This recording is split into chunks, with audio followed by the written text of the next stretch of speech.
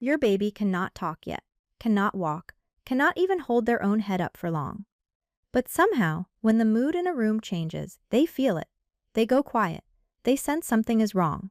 How is that even possible? Here is the strange truth.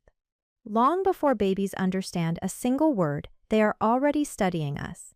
They watch our faces like tiny detectives, reading every flicker, every frown, every smile, gathering clues about the world around them.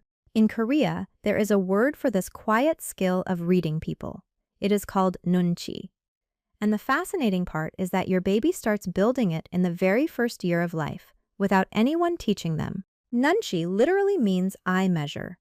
It is the art of reading a room, sensing how people feel, and understanding what is going on beneath the surface, all without a single word being spoken out loud. In Korean culture, NUNCHI is treasured. Children grow up learning to notice the tiny signals other people give off. And Koreans say the goal is not good NUNCHI, but quick NUNCHI, because reading a room fast is what really matters. Now here is where it gets amazing. Scientists have discovered that babies are basically born with the beginnings of NUNCHI. Their little brains come preloaded to hunt for faces and to lock onto the emotions written across them. Think about a newborn just a few days old. Their eyesight is blurry. The world is a fog. Yet even then, they will turn toward a face faster than almost anything else. Faces pull them in like magnets. And it is not just faces, it is the eyes. Researchers found that babies only 2 to 5 days old already prefer a face that looks straight at them over a face that is looking away. They crave that direct gaze. Why does this matter so much? Because eye contact is the very first doorway into another person's mind. One scientist called this early pull toward eyes the foundation for every social skill a human being will ever develop. It goes even deeper. Newborns quickly learn to pick out their own mother's face from a crowd of strangers, and they lean toward happy faces over blank ones.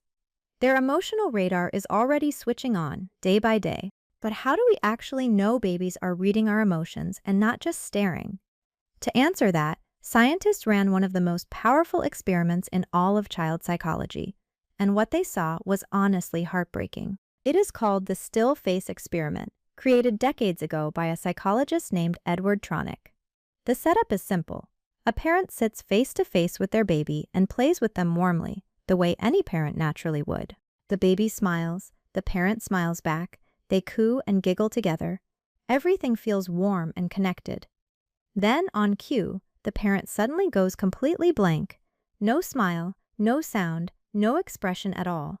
Just a frozen, still face. Within seconds, the baby notices. Something is wrong. First, they smile harder, trying to win the parent back. They point, they reach, they babble louder. They are working desperately to fix a connection that has suddenly gone silent. When nothing works, the baby starts to fall apart. They turn away. They squirm and fuss. Some begin to cry. In just a couple of minutes, a happy baby crumbles, simply because a familiar face stopped responding to them. This experiment shocked scientists. For years, people believed babies were just passive little bundles who only cared about food and sleep. But this proved something huge. Babies are active social partners, constantly reading and reacting to us. Now do not panic. One blank moment will never harm your baby. Every parent zones out sometimes. What the experiment really shows is how deeply your baby is tuned to your face, watching it like a compass for how to feel. By around 8 to 10 months, something remarkable clicks into place. Your baby starts doing what psychologists call social referencing. When they face something new or confusing, they stop and check your face before deciding how to react. Stop and think about how incredible this is. Your baby is borrowing your emotions to make sense of the world. This is NUNCHI in its purest, earliest form. Reading a trusted face to figure out what is safe. Scientists proved this with another clever experiment called the visual cliff. Picture a table with a clear glass top. On one half, a solid surface. On the other half, the floor seems to drop away into a scary cliff. A baby is placed on the safe side. Across the glass, their mother waits, gently encouraging them to crawl over. But to the baby, it looks like crawling straight off a ledge, so they freeze, unsure and a little scared. And here is the golden moment. The baby looks up at their mother's face, searching for an answer. Should I be afraid, or is it okay? In that instant, the mother's expression decides everything that happens next. When the mother made a scared or worried face, almost no babies dared to cross. They trusted her fear over their own curiosity. Her expression became their reality, and they stayed frozen on the safe side, refusing to move. But when the mother smiled warmly and looked calm and happy, most of the babies crawled bravely across the scary glass to reach her. The very same drop, but a completely different choice, all because of one face. Let that sink in.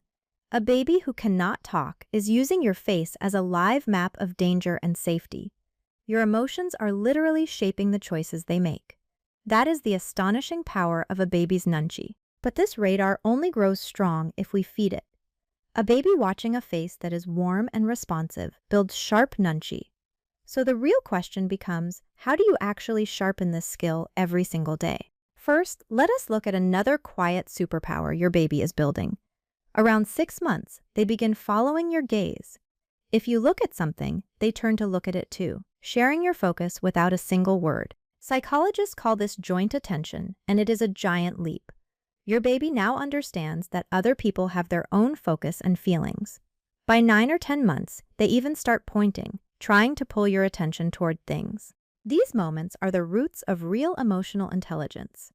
Your baby is learning that feelings live on faces, that other minds exist, and that connection means tuning in to each other. This is the quiet foundation of nunchi, and this skill pays off for life. Children with strong emotional radar tend to make friends more easily, handle conflict better, and feel more secure. The seeds you plant now quietly shape the person your baby is becoming. Here is the wonderful news. You do not need flashcards, apps, or fancy toys to build this. Everything your baby needs is already in the ordinary, everyday moments you share. You just have to know what to look for. The first and most powerful habit is called serve and return. Think of it like a game of tennis. Your baby serves by babbling, cooing, or reaching. Your job is simply to return it with warmth and attention. When your baby makes a sound, make one back. When they smile, smile again. When they reach, lean in.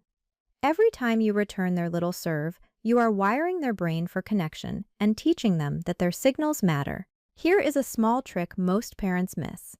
After you respond, pause and wait. Give your baby a few seconds to answer back. That quiet gap teaches them the rhythm of real conversation, the back and forth of human connection. The second habit is naming feelings out loud. Long before your baby understands words, start putting names to emotions. When they look upset, gently say that they seem sad. When they light up, tell them they look happy and excited. This might feel silly at first, talking about feelings to a baby who cannot reply. But you are handing them a vocabulary for the inner world. Over time, this helps them recognize emotions in themselves and in everyone around them. You can go one step further and narrate the mood of the room. If something is exciting, let your voice and face show it. If someone is calm, model that calm. Your baby is constantly reading you to learn how feelings work. Remember the visual cliff. Your face is your baby's map of safety. So in new or stressful moments, try to stay calm and reassuring. When you feel steady, your baby borrows that steadiness and learns the world is not so scary. Another simple tip is to make your expressions clear and a little bigger than usual. Babies are still learning to read faces, so exaggerated smiles, surprised eyes, and playful frowns give them easy, obvious clues to practice their reading on. Play face games like peekaboo. It looks like pure fun, but it is secretly powerful. Your baby learns to predict your reactions, to anticipate the surprise, and to read the joy on your face. It is nunchi training disguised as play. Now here is something that will take the pressure off. You will not always be present and smiling, and that is perfectly fine. What matters most is not being perfect. It is repairing the connection after those inevitable rough moments. If you get distracted or snap after a long, tired day, simply come back. Reconnect with a warm look, a soft voice, a gentle touch. Babies are built for this repair, and it teaches them that love always finds its way back. One more gentle reminder. Your baby learns emotions from faces, not from screens. So in your everyday moments together, try to look up from your phone and let your face be the thing they study. Your attention is their greatest teacher, and nunchi is a two-way street. Just as your baby reads you, practice reading them. Notice when they turn away because they need a break, or lean in because they want more. Honoring their signals sharpens their emotional world. Talk your baby through ordinary life too. Describe how people around you feel and why. When grandma is happy to see them, say so. This gently teaches your baby that every room carries a mood, waiting quietly to be read. None of this has to be perfect or constant, just warm and often enough. A baby who is regularly seen, heard, and responded to grows a strong, steady emotional radar that will guide them through relationships for the rest of their life. Think about what this really gives your child. Not just good manners, but the ability to walk into any room and sense how people feel. To notice the quiet ones, to respond with kindness. That is a gift for a lifetime. In a world glued to screens, this ability is becoming rare and precious. A child who can truly read a room, who feels what others feel, will stand out in the best possible way, and it all begins in your arms. So the next time your baby locks eyes with you and studies your face, remember what is really happening. They are not just looking, they are learning how to feel, how to connect, and how to understand the people they love. The Koreans understood something profound long ago, that reading people is one of the deepest human skills, and modern science now agrees. Your baby is already on that journey, and you are the very first teacher they will ever have. So slow down and enjoy these tiny moments. Every smile you return, every feeling you name, every calm glance you offer is quietly building an emotionally intelligent little human, and that beautiful work begins with nothing more than your loving face.